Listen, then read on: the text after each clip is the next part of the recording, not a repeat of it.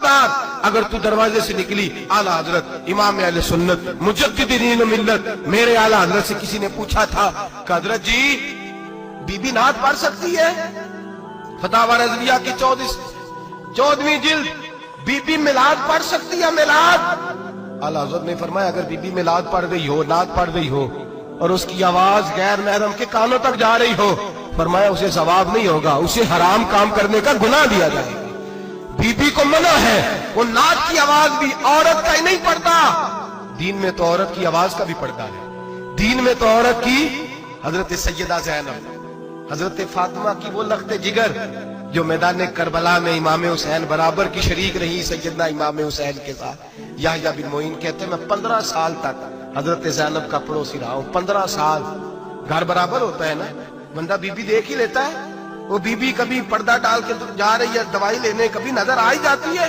कहते हैं 15 साल में सैयदा फातिमा की बेटी का पड़ोसी रहा हूं, मैंने कभी बुरके में छुपी हुई ज़ैनब भी नहीं देखी, बुरके में छुपी हुई ज़ैनब भी कभी नहीं देखी। हजरत अब्दुल्ला बिन जाफर तैयार जनाबे अली मुर्तजा के भाई थे, उनके बेटे के साथ इनका निकाह हुआ था, बीमार हो गई। तो हजरत अब्दुल्ला कहने लगे ज़ैनब चल तुझे हकीम के पास ले जाऊं, तबीब के पास ले जाऊं। तो हजरत ज़ैनब कहने लगी आप जाइए मेरा हाल बता के दवाई ले आइए।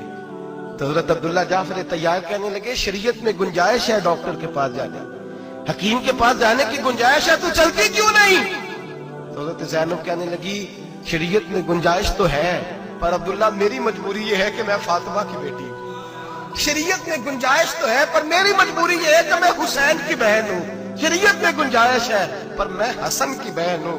शरीयत में बड़ी गुंजाइश है पर लोग मुझे मोहम्मद अरबी की नवासी कहते हैं। गुंजाइश तो है पर मैं नहीं ना निकल सकती, इसलिए कि जितना कोई अपने आप को दीन के करीब जानता है उतना उसके पैरों में शरीयत की जंजीरें ज्यादा होती हैं। तो जनाब सैयदना अब्दुल्ला कहने लगे अगर तू पर्दा कर गई, अगर तू चली गई, तो फरमाने लगे ये तो अल्लाह की मशीयत है, तू दवाई ला दे ताकि मैं खा लूं, और अगर मैं चली गई तो मैं अपनी माँ से जाके कहूंगी कि अम्मा सारी तकलीफें मैंने छाती पे बर्दाश्त की हैं पर मैंने तेरे पर्दे पर आंच नहीं आने दी।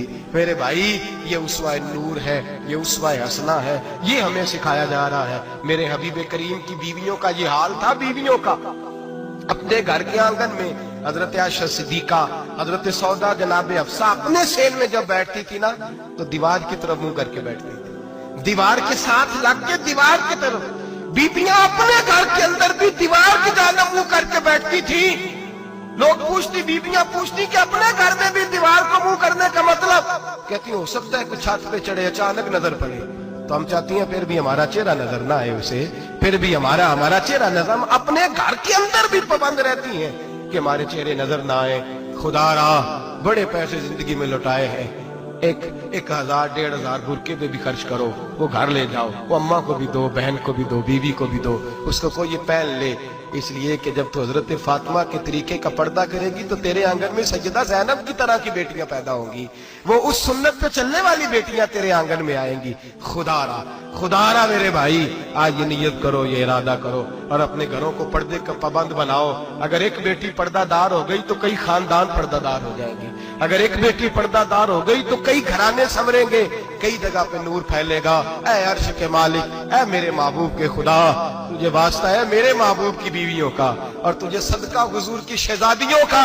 ऐ अल्लाह इतना करम बरसा, इतनी रहमत बरसा कि मेरे वतन की बेटियां और मेरे वतन की माएं बहनें बच्चियां ये समझ जाएं कि हमारी निजात सिर्फ हजरत फातिमा के बुरके में है, हजरत आयशा के पर्दे में है, सैयदा खदीजातुल कुबरा के हिजाब में है। अल्लाह करे ये समझ जाए और ये जब भी सजदा करें तुझसे हयाई मांगे, ये तुझसे जब भी सजदा करें ये तुझसे अपने लिए चादर ततहीर और पर्दा तनवीर मांगे।